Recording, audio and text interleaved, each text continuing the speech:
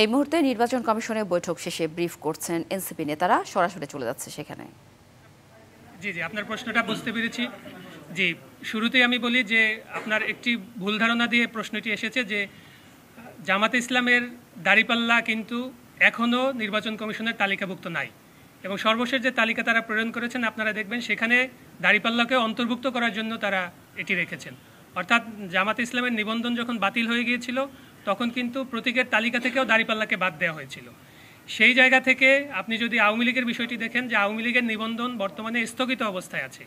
কোনো স্থগিত থাকা বিষয়ের প্রতীক যেটা তাদেরকে বরাদ্দ দেওয়া হয়েছিল সেটি তালিকায় অন্তর্ভুক্ত থাকার সুযোগ নাই। এটি আমরা বলেছি যে যেহেতু আওয়ামী লীগের নির্বাচনী তাদের যে নিবন্ধন সেটি স্থগিত আছে, অতএব তাদের প্রতীকটিও স্থগিত থাকতে হবে, প্রতীকটি এই তফসিলে অন্তর্ভুক্ত রাখার কোনো সুযোগ নেই।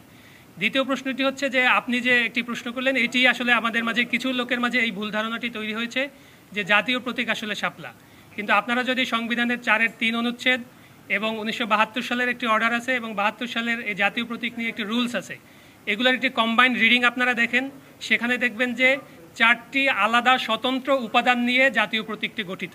তার ভিতরে ধানের শীষ আছে, তার ভিতরে তারকা আছে, তার ভিতরে পাট পাতা আছে এবং শাপলা আছে।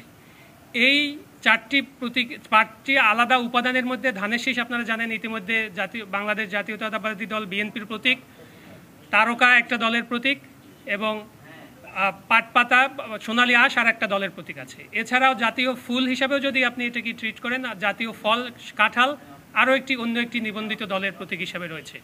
তো আমাদের এইখানে যে মিসকনসেপশনটি বারবার হচ্ছে যে জাতীয় প্রতীককে শাপলা হিসাবে ব্র্যান্ডিং করা হচ্ছে, কিন্তু জাতীয় প্রতীক আসলে শাপলা নয়।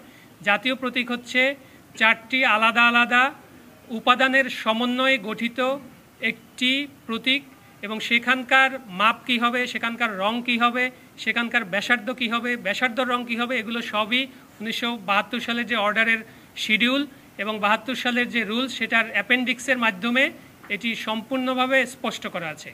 আমি আপনাদেরকে অনুরোধ করব যে সেগুলো আপনারা দেখবেন এই ব্যাখ্যাগুলো দেওয়ার আগে, এবং সেগুলো দেখেই এই ব্যাখ্যাগুলো দিবেন।